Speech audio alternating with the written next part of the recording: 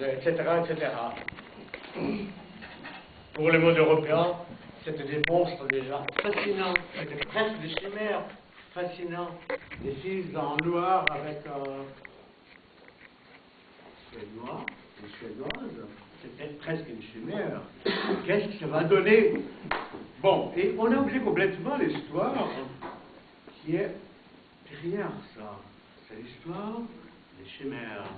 C'est la possibilité d'avoir des sirènes, d'avoir des lions ailés avec des ailes.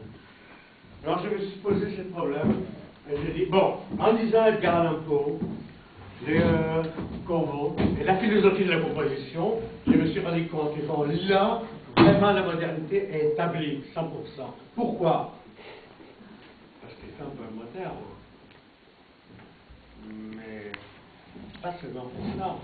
Il fait les poèmes et il lui dit comment on fait un poème. Alors on se dit, on peut faire les poèmes nous-mêmes. Ça c'est la modernité. On fait les poèmes et on lui dit comment le faire. Évidemment, on ne réussit pas à le faire, mais on comprend que l'art et la théorie de l'art, ça fait un seul. Chiméra, c'est un film basé sur ça. Je vais poser la question et je remets la question. C'est quoi les monstres contemporains? C'est quoi cet animal mythique contemporain? Je dis, bon, on va créer un. Véritable. J'ai un miroir. Des garrots, des seringues, un pinceau à barbe, une lame à rasoir, une narcotique, un sac qui bougeait sans arrêt, une radio, une musique, puis la lose. J'ai pris le miroir, je l'ai mis derrière moi. J'ai fait les fils de la navaille, j'ai fait les fils de la rasoir. Je fais beaucoup d'écumes de barbe pour raser. J'ai fait des garrots. C'est bon. J'ai récollu des narcotiques. J'ai cassé le petit verre. J'ai pris de la seringue. Et j'ai dosé, j'ai introduit le liquide dans la seringue. Et j'ai appliqué dans les sacs, aléatoirement comme ça. Je regarde les miroirs. J'ai ouvert les sacs. Et six chats sont partis. Partout. Par contre, il y avait un autre chat qui était endormi, sur anesthésie. J'ai pris ces chats sur anesthésie, je les ai mis sur table. J'ai pris des garrots. Et j'ai attaché des deux jambes du chat fortement avec les garrots. J'ai attaché les deux autres jambes du chat avec la queue fortement. J'ai fait une mesure, j'ai pris les chats et j'ai l'habillé tel qu'une barbe. Je l'ai regardé au miroir et je dis, c'est bon. Alors j'avais pris mon pinceau, je l'ai rasé. À la fin, je n'étais pas tellement content. J'ai mon rasé tout ça. Je l'ai remis sur table. Et j'ai pris un petit pot de miel qui était par terre, avec un gros pinceau. J'ai passé dans le mur, j'ai pris les chats, j'ai jeté les chats dans le mur au miel, et ils commençaient à tomber au même temps. J'ai pris la seringue, je l'ai dosé, et je me suis endormi. Et j'ai fait un film. So, Sheila Wexley, it's part of my work. Sheila, elle ne parle pas des langues de cette planète. Alors, elle va parler aujourd'hui et je vais la traduire chez le web.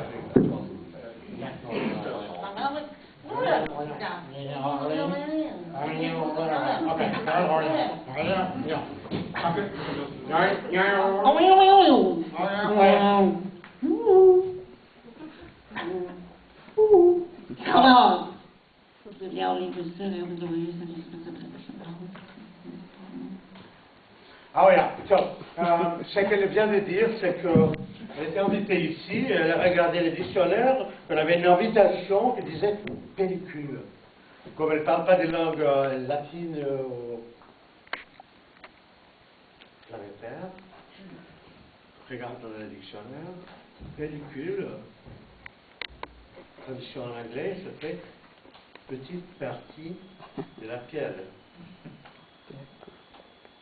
Alors, tout ce que Shell a fait, parce qu'effectivement, ce sont des petits morceaux de peau. Alors, c'est une version pour comprendre les cinémas complètement différentes. Les cinémas, c'est la transparence mélanimique aux yeux enjetés de lumière des chats, par exemple.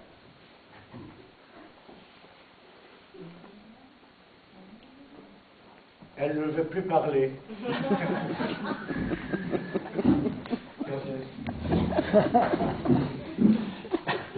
Como habrán comprendido, yo me llamo Tunga. He aprendido mucho con Tunga. He aprendido cómo subvertir, cómo cambiar la visión plana de la experiencia.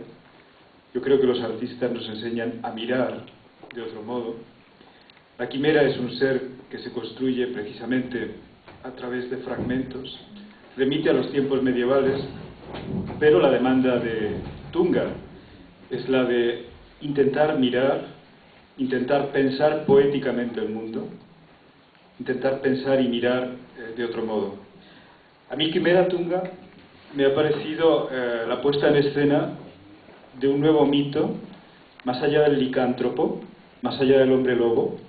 Ahora estaríamos en el hombre gato. Es que me mata teóricamente. No, es que José Jiménez va siempre más allá. Cuando uno hace arte, la idea es ir un poco más allá. La intimidad, la proximidad del espíritu de José nos permite que cuando él, al mirar Quimera, me hable del hombre lobo, le pone en escena todo lo que no es, ce qui n'est pas naturel pour l'homme de parler. Est-ce que l'homme parle? Non. La phylogénèse, la morphogénèse sont des catégories diverses. Alors, est-ce qu'on n'est pas de vrais loups? Est-ce qu'on n'est pas de vraies sirènes? C'est-à-dire, si une sirène pense, c'est dans quel côté qu'elle pense? D'en bas ou du haut? L'autre jour, j'étais avec une grande amie de moi, une poète, Pauline Berg, qui me parlait de l'hypothèse de l'existence dans notre genre qui serait demi-crapaud, mouton, pas crapaud, demi-mouton, demi-homme. Mais, j'ai fait comme en rêve, elle disait, c'est un demi. Je dis, mais c'est la moitié, c'est les pattes. Non, c'est le plan horizontal, c'est pas le plan vertical. Une sirène, elle est coupée comme ça. Ça, poisson, ça, femme. Une sirène ne peut pas être debout parce qu'elle n'a pas de pieds. Alors c'est horizontal, c'est comme un macha desnuda, comme le thème de nu. Et là, Pauline me proposait un autre animal qui était une miscigénation horizontale. Enfin, tout ça c'est très intéressant. Évidemment qu'on a pensé immédiatement à Homère. Pas aux homologues, mais à Homère. Et on a pensé à Ulysse qui s'échappe habillé en peau de crapaud. Qu'est-ce qui nous intéresse au fond dans tout ça? Et là, pour dire la vérité, l'histoire des chimères, des monstres contemporains, tout ça c'est un arnaque. Ce qui nous intéresse, c'est la ligne d'intersection entre ce qui est poisson et ce qui est femme. C'est quoi cette ligne? Est-ce qu'elle est dense? Elle a une consistance? Est-ce qu'on peut faire cette ligne? Est-ce qu'on peut diviser des choses? Est-ce qu'on peut partir l'homogène? Est-ce qu'on peut congréguer? On peut mettre ensemble l'hétérogène? Tout ça sont des questions de l'abstrait de la ligne. Je m'adresse par Cantor, mais José puede hablar de eso. No sé cómo. Creo que sería interesante también plantear la relación que Tunga establece en las obras que hay arriba con las acciones poéticas. Me parece que ha sido importante, o por lo menos eso buscábamos, en la presentación de esta exposición, intentar mostrar a través de los soportes del vídeo documental y también a través de las películas un universo poético englobante. Yo creo que la obra de Tunga se caracteriza por una voluntad poética total. No es un escultor, no es un pintor, tampoco se puede decir que sea un videoartista. Más bien todos estos soportes se ponen bajo la dirección de una idea global. A mí me interesa mucho en todos los materiales que tenemos en la sala de exposiciones, cómo en Tunga hay siempre un recorrido de profundización entre los aspectos naturales o bestiales que están en todos nosotros y que el hombre de Occidente, el ser humano de Occidente habitualmente reprime, y cómo salen a la luz, pero salen a la luz a través también de una proyección en el terreno de la cultura. De tal modo que los cuerpos se convierten en objetos y se convierten en fetiches, y a la vez los fetiches y también los objetos se naturalizan. Hay una dimensión de comida, de nutrición en todo lo que hace Tunga. En el fondo tiene un aspecto caníbal, una dimensión de devorador, y por eso continuamente fabrica grandes perolas de pot en mans, donde podríamos nosotros mismos estar introducidos. ¿Cómo es el hecho de comer? ¿Cómo es el hecho de desear, Tunga? Mire, creo que hoy día lo mejor es ir a un restaurante y pedirle al servidor que lleve la comida al baño y la bote directamente. Y con eso tenemos más tiempo para pensar. O sea, la actividad digestiva, si se pense, si on pense en termes de poésie, l'activité de la digestion, c'est la poésie même. La poésie, c'est la digestion des mots, c'est le plaisir de manger, de faire réfléchir et de quitter à chaque... comme un grand oignon, les mots sont comme des oignons, et on retire, et peu à peu on rentre dans d'autres et d'autres sens. Je pense qu'aujourd'hui, les oignons sont convertis en poudre, enfin une soupe à poudre d'oignons. Alors on a perdu un peu cette idée, cette possibilité de quitter chaque poudre de l'oignon, chaque cape, de les manger et de faire digérer. Alors, ce que je propose, c'est que Jiménez m'en parle en disant que je fais l'éloge de la poésie. Au fond, c'est pas... Non, la poésie, ça peut devenir assez dangereux de dire la poésie jusque... Parce que ça devient un autre objectif, en gravure, peinture, dessin, poésie. Bon, non, l'idée c'est de prendre l'idée de poésie en termes généraux.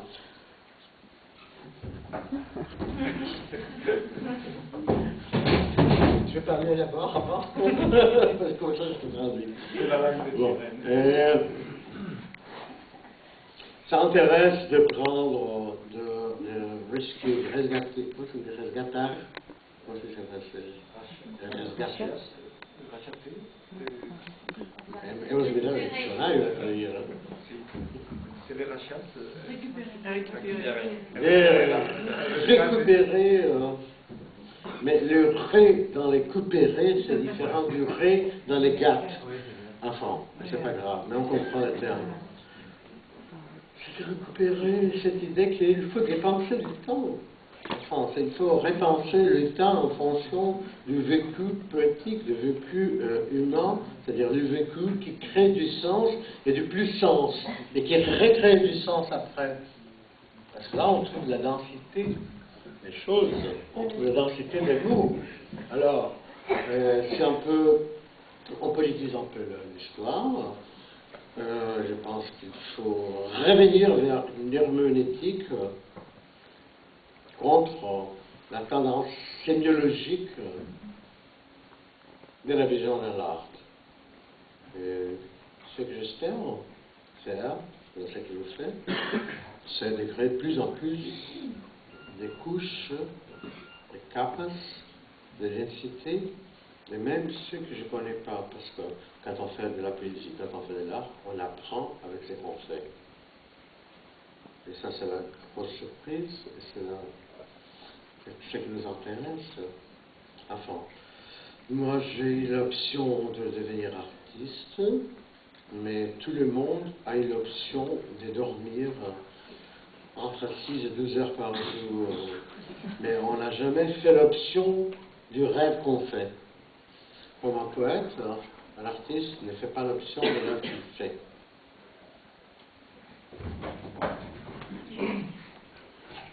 We can now ask a little Sheila. Yes. about Egyptian. What's the Phoenix? Where's the Phoenix in your film? Where is the Phoenix? Yes. It's gone. It's gone. But don't. Vous savez qui est le Phénix? Oui. C'est la Phénix. Qui meurt et renaît toujours. C'est ça. Where's the Phoenix? Where? The Phoenix flies. The Phoenix is remade at the end of the film. No te dejes seducir por Tunga. I was seduced by Tunga. Sorry. The Phoenix flies away at the end of the film.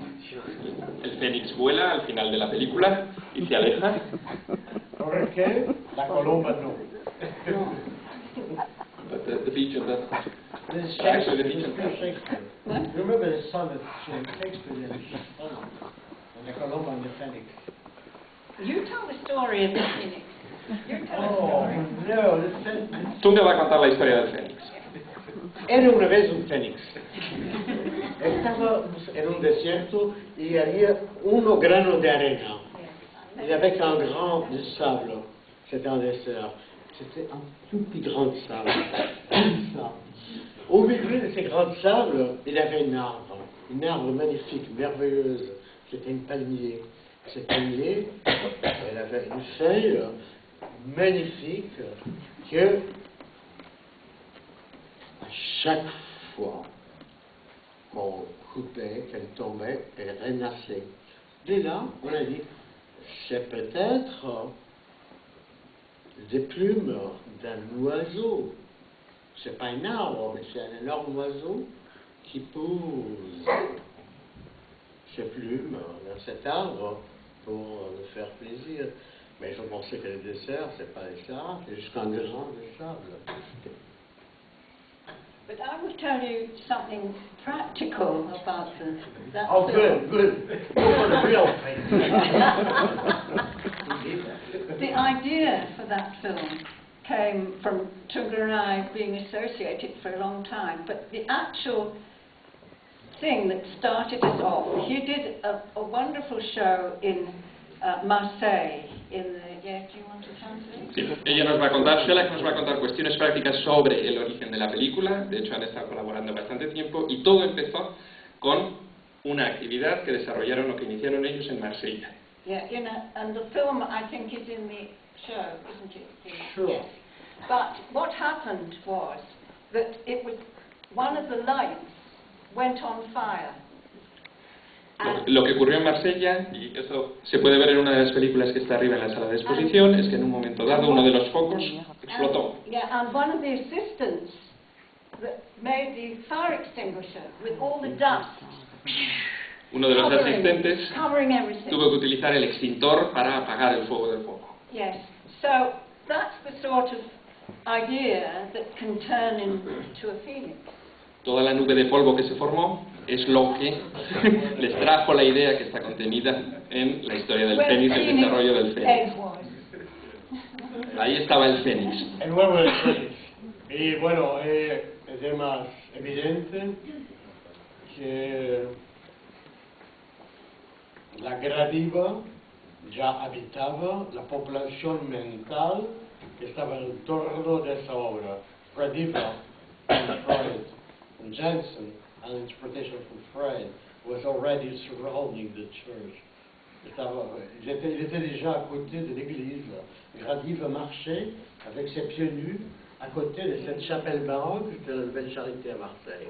Alors, il y avait un fantôme, il y a une chambre avec des pieds sublimes qui était enregistré dans un relief à Pompée qui tournait cette église ellipse, qui était c'est une de deux églises elliptiques en France, du baroque en France. C'est-à-dire, l'ellipse, évidemment, c'est le détournement leibnizien vers un décentrement de l'idée du Dieu et de l'idée planétaire. Bon, ça, c'est notre histoire. Le Grady va être autour. Alors, on a mis des holophos, des lumières, de la fois, je ne sais pas comment ça va. On va faire allumer. Bijoux d'église, c'est patrimoniaque, quoi. On va me rouler. Non, je ne l'ai pas laissé. Elle rend de mes assistants, les jours même, enfin la nuit même, le 25 et le 10h matin. Ça, c'était 10h du soir. Il a pris leur scooter, il a fait pas de conclusion. Tout ce qui était brillant, il y avait 260 pièces en verre, polies, transparentes, translucides, opaques, avec toutes les qualités que le verre peut développer. Ils étaient tous pareils, comme si les volcans venaient d'éclater. Le lendemain matin, on relevait les salles, on avait tout nettoyé. On a retourné au Brésil, Achille est venu avec moi et on dit égyptien.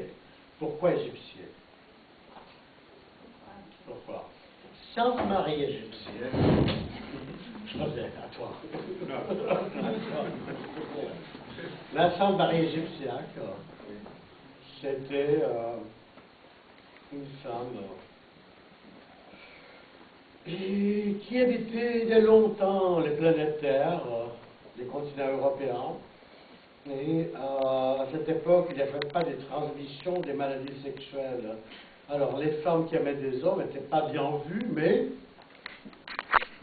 le feu, ça leur proposait la possibilité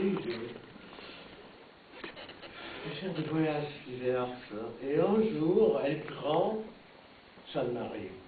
Elle était pas sainte à cette époque, elle était juste égyptienne, non, même pas. Elle prend les cruzados, los cruzados. Comment ça veut dire en français avec? Elle prend, alors elle s'engage dans une cruzada. Vers Terre Sainte. Évidemment, dans les bateaux, c'était très amusant pour elle, parce que tous les cruzades, très sains, etc. Bon, pas fond. Elle arrive là-bas, elle regarde le dessert. Elle a eu la révélation. Alors, elle est passée de la beauté, de la féminité, de la séduction vers le spirituel. Elle a eu une illumination de Dieu. Elle s'est déshabillée et elle marchait comme Virginie Woolf dans la mer. Elle a marché dans le désert. On a été mois après. 15 jours, une autre croisade liant, por los monjes que estaban alejados, on vit une femme dans le désert, des longs cheveux, je les recouvrais complètement le corps, et illuminée. Évidemment, c'est devenu le thème préféré des artistes renaissance, parce que la conversion entre le désir et du sacré. C'est pas ça. Égyptien, c'est ça. Le Félix, on le connaît. Quiero introducir otra cosa. Estar desnudo y sentirse natural, pero también cómo nos preparamos. Afeitarse, afeitar el gato y sobre todo el maquillaje. ¿Por qué maquillaje? ¿Qué hace el maquillaje en nuestro mundo? Mira, would send C.J. de antemano, se le viró el diccionario inglés y decía película.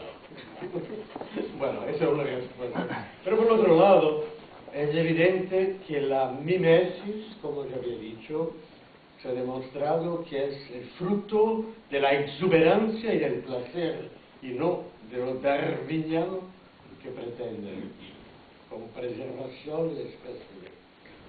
O sea, entre un travesti